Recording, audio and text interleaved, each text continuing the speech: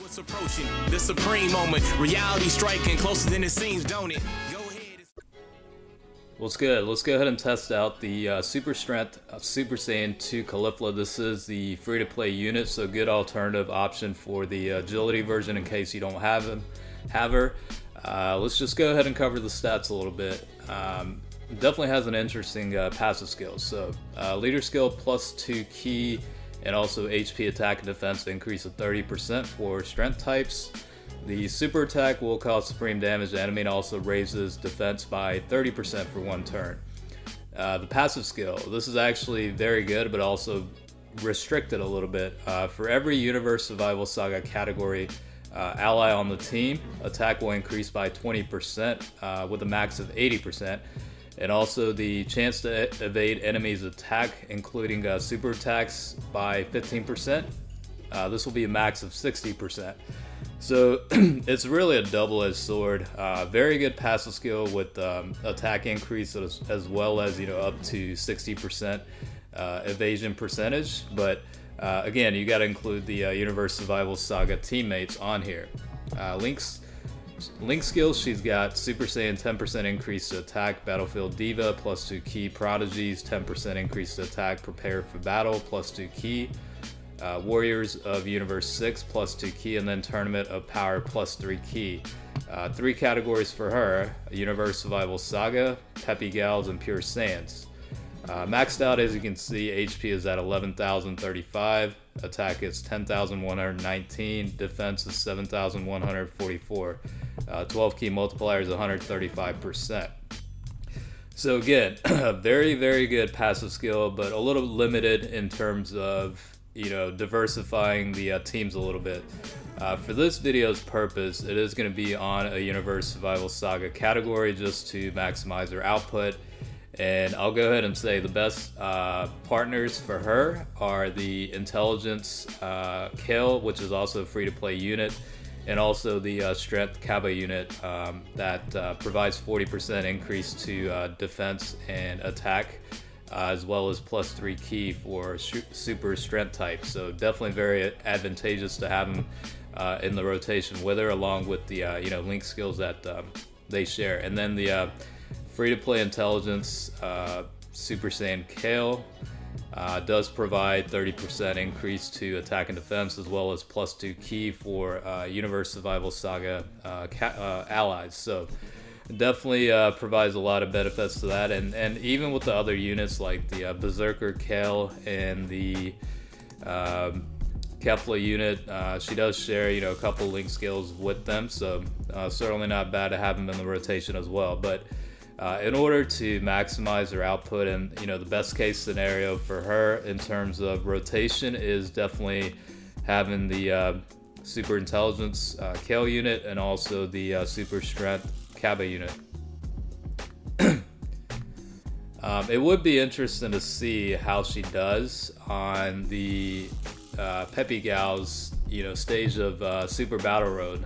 So for those that I kind of saw it briefly in the comments, but for those that actually have her at 100%, let me know if you tried this out on Super Battle Road, because there are a few units within the Peppy Gal's category that also fall into the Universe Survival Saga, like Android 18 is definitely one. Obviously the Ribrianne units also fall into that as well. I'm trying to think of who else. Obviously Caulifla does, and the Kale unit does as well. So yeah, just let me know if the dodging abilities and attack increase are beneficial to have with that setup. Obviously you're not maxing out the full potential of the what is it, 80% and 60%?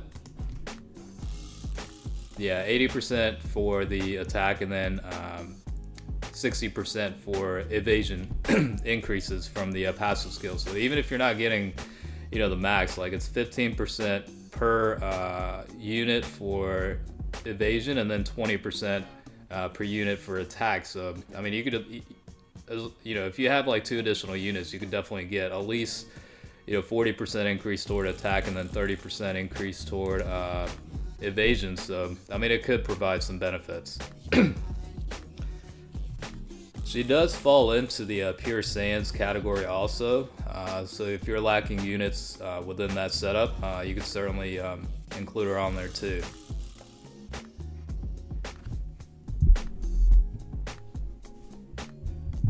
So we've got Dokkan mode, unfortunately, with the type disadvantage here, but if a critical does activate, should be a pretty decent output. So this is one of those setups where you have Kefla and Berserker Kale. I mean, they're basically just sharing link skills, and the passive's not really providing much support to the Caulifla unit herself. So we'll see what kind of output. 1.3 million with the Dokkan mode. I mean, this is, again, a free-to-play unit, so definitely a pretty good output. And the grind itself isn't too bad. Like this is obviously a server test, but on my main account I do have her with all the dupe paths unlocked. I just haven't invested the potential orbs into her, so this kind of makes me think, you know, maybe as an alternative option it might be worth it. I obviously have the agility version maxed out at, you know, rainbow status, so it's hard to say how frequently I would use the strength version, but I don't know. She could definitely provide a lot of benefits, especially on a Universe Survival category team. I mean, she's going to be maxing out the passive skill, 80% increase to attack, and then 60% for the evasion level. So definitely pretty good. I mean, the passive skill itself, although limited, it's a very good passive skill.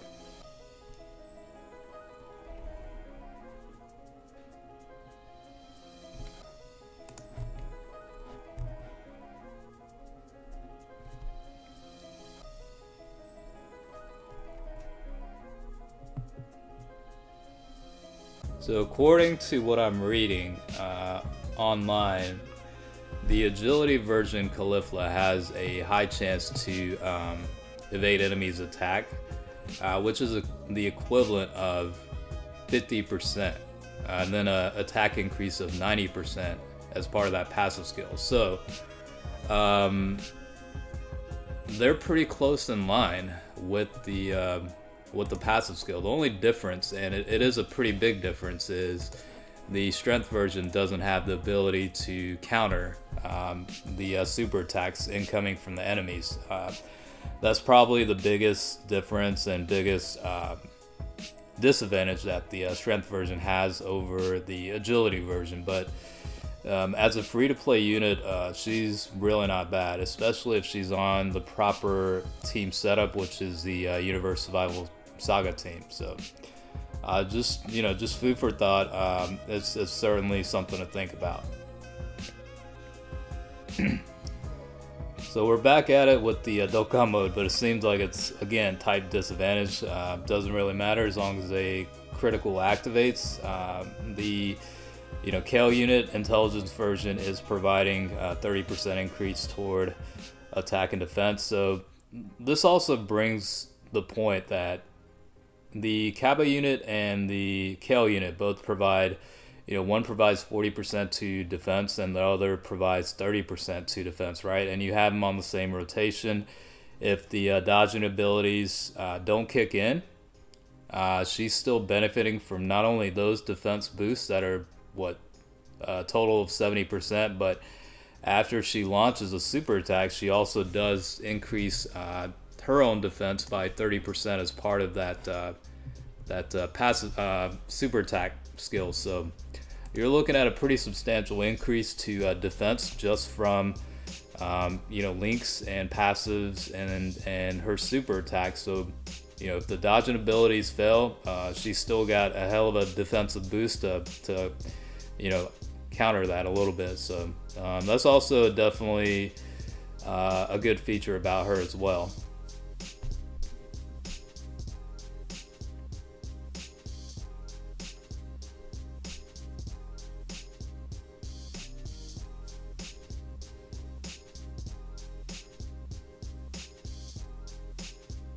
Like I said, I haven't tested this unit out on Battle Road with the Peppy Gal stage. So again, if you have her at 100% and you know, you use her periodically or all the time, it doesn't really matter, but you know, let me know in the comments how she is, and then, you know, if you've tested her on Battle Road, let me know if you know, how beneficial it was to bring her on.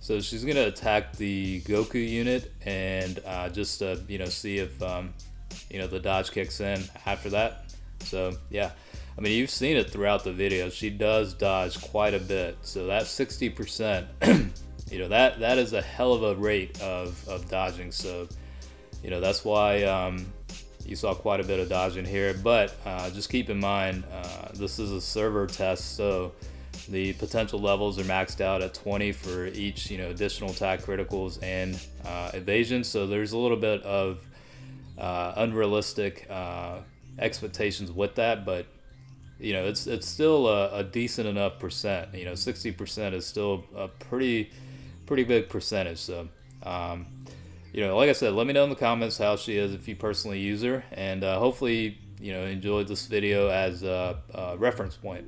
All right, I'll check you guys later.